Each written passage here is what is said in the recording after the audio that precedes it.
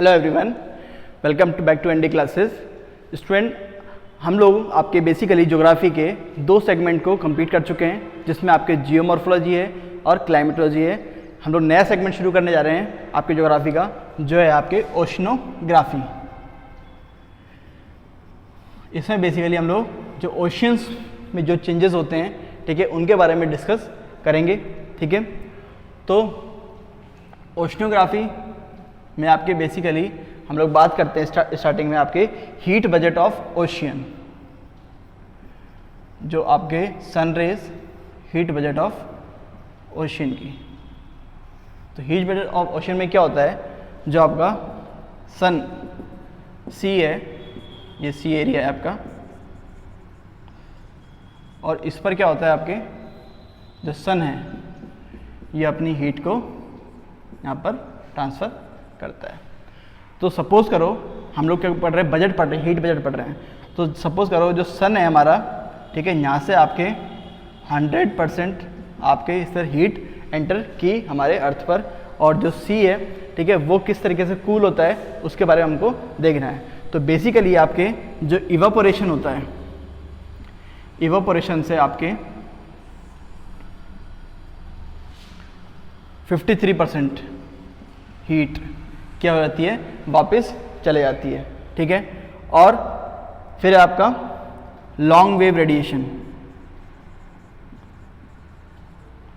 मैं इसको यहाँ पर साफ साफ लिखता हूँ,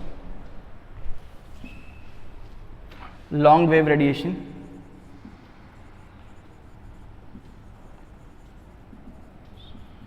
लॉन्ग वेव रेडिएशन से आपके कितना परसेंट हीट जाती है, आपके 44% हीट वापस चले जाती है। लास्ट है आपका कंडक्शन, कंडक्शन से आपकी कितनी जाती है, 3% हीट जाती है। तो ये प्रोसेस आपके काम करता है जब आपके ओशियंस का जो टेम्परेचर होता है, इनकी कूलिंग प्रोसेस ऑफ ओशियन। ठीक है, इस तरीके से आपका क्या होता है, जो ओशन होता है वो क्या होता है, ठंडा होता है। अब बात करते हैं हम लोग factors affecting the temperature of ocean water. इनके कौन कौन से फैक्टर ऐसे हैं जो ओशन के टेम्परेचर को अफेक्ट करते हैं। ठीक है, हीट बजट में आपके इनका परसेंटेज याद रखना, और कौन कौन सा प्रोसेस है वो याद रखना है आपको। नाउ टेम्परेचर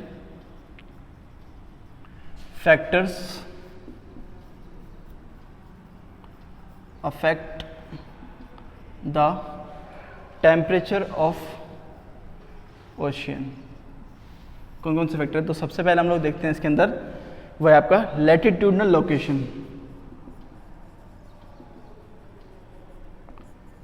लैटिट्यूडनल लोकेशन कैसे हम लोगों ने पढ़ा।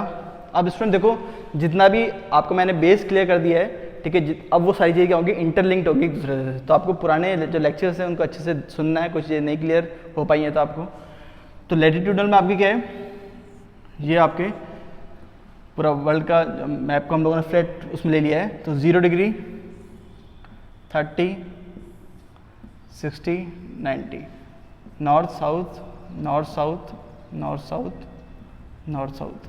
तो 0 डिग्री नॉर्थ साउथ, यानी कि जब आपके जो ये वाला जो पोर्शन है वो है आपका इक्वेटर, इक्वेटर के पास वाला जो रीजन है। तो आपके जो सनरेज हैं, ठीक है, तो सनरेज बेसिकली आपकी जो सबसे ज़्यादा पड़ती हैं वो कहाँ पर पड़ती है, इक्वेटर पर पड़ती हैं। इसके बाद जो आपके सनरेज हैं उनकी जो लाइन लेंथ है वो क्या हो जाती है, स्लैंटिंग हो जाती है। ठीक है, यहाँ पर आते आते तिरछी हो जाती हैं। इस वजह से यहाँ का जो टेम्परेचर होता है वो क्या होता है, कम होता है पोल्स पर, और जो आपका इक्वेटर होता है यहाँ का टेम्परेचर ज़्यादा होता है। इसीलिए जो आपके ओशियंस जो इक्वेटर के पास मिलेंगे, वहाँ का जो वाटर टेम्परेचर होगा उनका क्या होगा, ज़्यादा होगा, और जो पोल्स पर जो आपके सी या ओशियन मिलेंगे वहाँ का टेम्परेचर क्या होगा, कम होगा। तो ये होगा आपका पहला लैटिट्यूडनल लोकेशन। सेकंड है आपका इफेक्ट ऑफ विंड।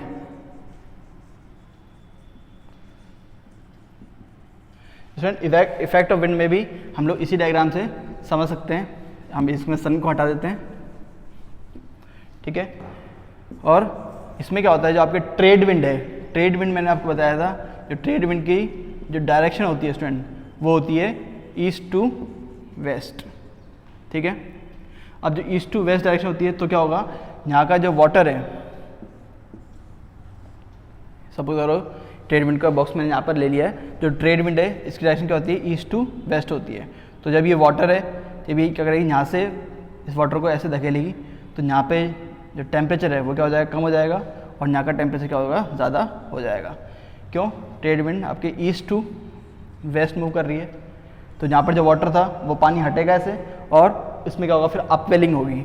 ठीक है, अपवेलिंग नीचे का पानी ऊपर आएगा, तो नीचे का पानी क्या होता है, ठंडा होता है, यहाँ का टेम्परेचर क्या होगा, कम होगा, और जो ऊपर का पानी था वो क्या होता है, गर्म होता है, वो आगे शिफ्ट करेगा, जिसकी वजह से आगे का टेम्परेचर क्या हो जाएगा, इंक्रीज कर जाएगा। इस तरीके से आपके जो वेस्टर्लीज विंड है स्टूडेंट, इसको आपके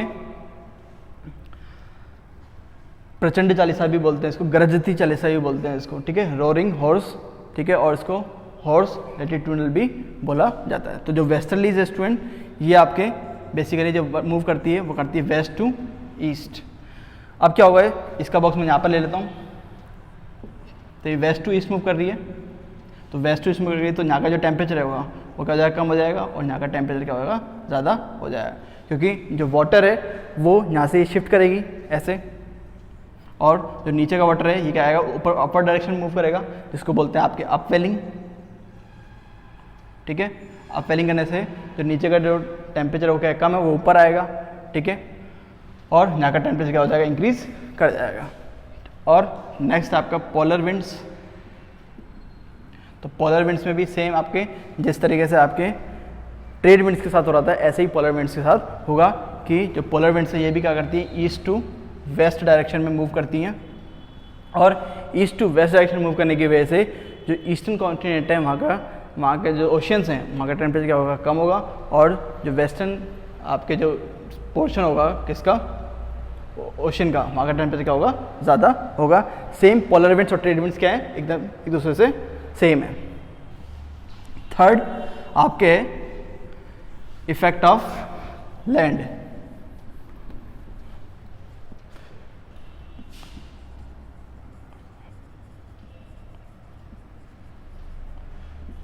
इफेक्ट ऑफ लैंड। तो इफेक्ट ऑफ लैंड में आपके बेसिकली हम लोग बात करते हैं ओशियन, ठीक है, देन सी और बेज, गल्फ भी इसमें आ जाएंगे आपके, एंड लेक्स। तो क्या होता है आपके स्टूडेंट, जैसे जैसे हम लोग ओशियन से लेक्स की तरफ जाएंगे वैसे वैसे जो आपका टेम्परेचर होता है वो क्या हो जाता है, इंक्रीज करता जाएगा। तो जो ओशंस होते हैं इनका जो एरिया होता है स्पेसिफिक नहीं होता, बहुत ही बड़े होते हैं, ठीक है। इससे कंपेरेटिवली हम लोग देखें जो सी और बेज होते हैं ये बेसिकली आपके 3 साइड से ओपन होते हैं, ठीक है, और ये क्या होते हैं, ये तो एकदम ओपन एंडेड होते हैं। जो लेक्स होती हैं ये चारों साइड से कवर होती हैं आपके, ठीक है। इसलिए जो एरिया चारों तरफ से कवर है वहाँ का टेम्परेचर सबसे ज़्यादा होगा, sea gulf as compare to कम होगा, और सबसे कम टेम्परेचर किसका होगा, ओशियन का होगा, ठीक है। फोर्थ है आपका currents, effect of ocean current. तो इसमें क्या होता है, आपके जो करंट्स होती हैं वो बेसिकली आपके 2 टाइप्स की होती हैं, cold current and warm current. इसका हम लोग डिस्कस करेंगे। पूरी करंट से आपके क्वेश्चन आता है कि जैसे आपके एंगुलर करंट, बेंगुलर करंट, ये कहाँ पर है, तो अभी उसको हम लोग स्किप करते हैं। सबसे पहले समझते हैं कि जो इफेक्ट ऑफ ओशन करंट है वो किस तरीके से आपके टेम्परेचर को डिफर करता है। तो स्टूडेंट ये है आपके 0 डिग्री, 30, 60, 90, ये आपके मैं लैटिट्यूड्स लिखता हूँ, ठीक है, तो इसमें कंफ्यूज नहीं होने का है। तो जो आपके इक्वेटर है यहाँ का टेम्परेचर सबसे ज़्यादा होता है, आपको पता है। तो इक्वेटर से जो आपकी करंट कहाँ पे फ्लो करेगी, नॉर्थ डायरेक्शन फ्लो करेगी, ठीक है, वो कैसी करंट होगी, आपके वार्म करंट होगी। और जो आपके पोल्स से नीचे आएगी उसको हम लोग बोलेंगे कोल्ड करंट, ठीक है। तो जहाँ पर कोल्ड करंट होगी, कोल्ड करंट ज़्यादा एंटर हो रही है किसमें, ओशंस में, तो वहाँ का टेम्परेचर क्या हो जाएगा, कम हो जाएगा। और वार्म करंट एंटर ज़्यादा हो रही है तो वहाँ का टेम्परेचर क्या होगा, आपके ज़्यादा हो जाएगा। तो बेसिकली जब आप पोल्स की तरफ देखें तो जो पोल्स की तरफ जो ओशंस हैं वहाँ का टेम्परेचर उनका क्या होगा, कम होगा, और जो आपके इक्वेटर की तरफ है वहाँ पे आपको वार्म करंट मिलेगी। तो वार्म करंट का जो टेम्परेचर होता है वो ज़्यादा होता है, और ज़्यादा होने की वजह से वहाँ के जो ओशियंस हैं वहाँ का टेम्परेचर भी क्या होगा, आपके ज़्यादा होगा। ठीक है, तो ये आपके 4-5 मैंने पॉइंट लिखवाए हैं, यहीं से आपके क्वेश्चन बन जाएगी कौन कौन से फैक्टर आपके ओशियन टेम्परेचर को अफेक्ट करते हैं। अब बात करते हैं आपके ओशनोग्राफी में कि vertical distribution of ocean temperature. Vertical distribution of ocean temperature. तो आपके वर्टिकली यानी कि अगर हम लोग जैसे ये आपके क्या है ओशियन है, इसकी डेप्थ में जाते हैं तो इसको बोलते हैं वर्टिकली। जब हम लोग लेफ्ट टू राइट जाते हैं, राइट टू लेफ्ट जाते हैं, इसको बोलते हैं हॉरिजॉन्टली। तो नीचे जाते हैं तो आपके 3 लेयर आपको जनरली देखने को मिलती है। तो सबसे पहले जो आपको लेयर मिलेगी उसका नाम है आपके एपिलिमिनियन। ठीक है, तो एपिलिमिनियन में क्या होता है, ये आपके 500 मीटर, जब आप सरफेस एरिया से 500 मीटर तक जाएंगे तब तक आपकी जो लेयर मिलेगी उसको बोलते हैं एपिलिमिनियन लेयर। और यहाँ का जो टेम्परेचर रिकॉर्ड किया गया स्टूडेंट वो किया गया है आपके 20 degree Celsius to 22 degree Celsius. ये आपका 500 मीटर तक का टेम्परेचर है। इसके बाद जो नेक्स्ट लेयर आपको देखने को मिलेगी उसका नाम है आपके थर्मोक्लाइन लेयर। थर्मोक्लाइन लेयर ये भी आपके एपिलिमिनियन लेयर है। तो यहाँ पर आपको क्या मिलेगा, थर्मल इन्वर्जन ज़्यादा देखने को मिलेगा।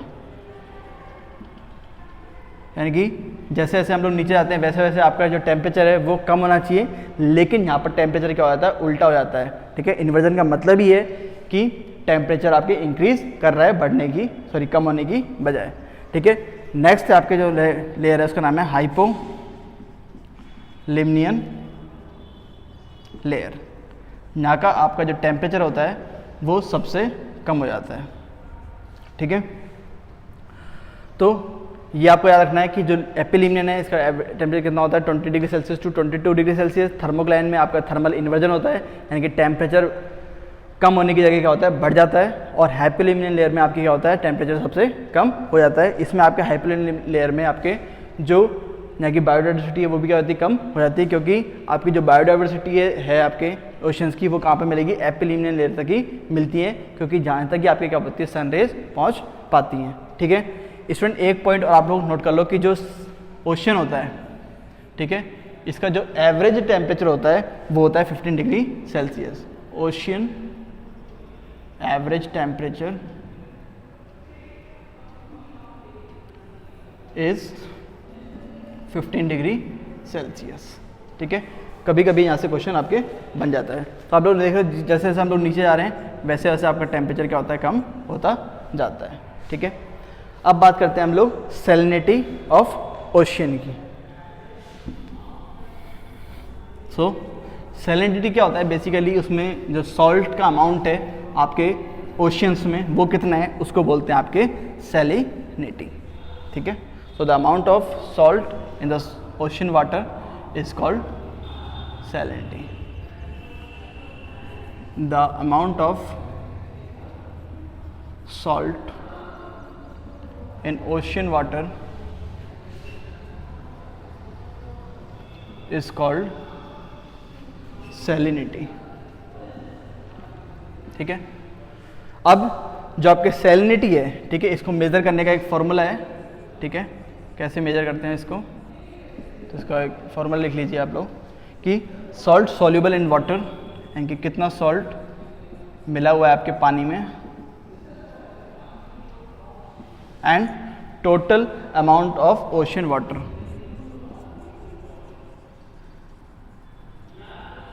Total amount of ocean water, fine.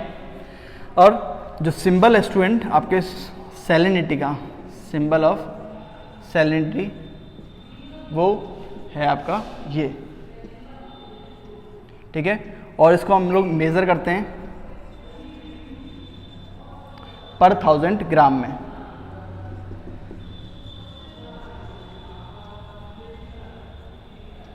पर 1000 ग्राम।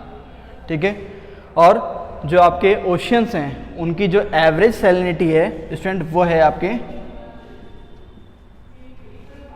ये हो गया first point, second point, third point, fourth point, average salinity of ocean is 35। ठीक है, ये क्या मैंने अभी बताया आपको,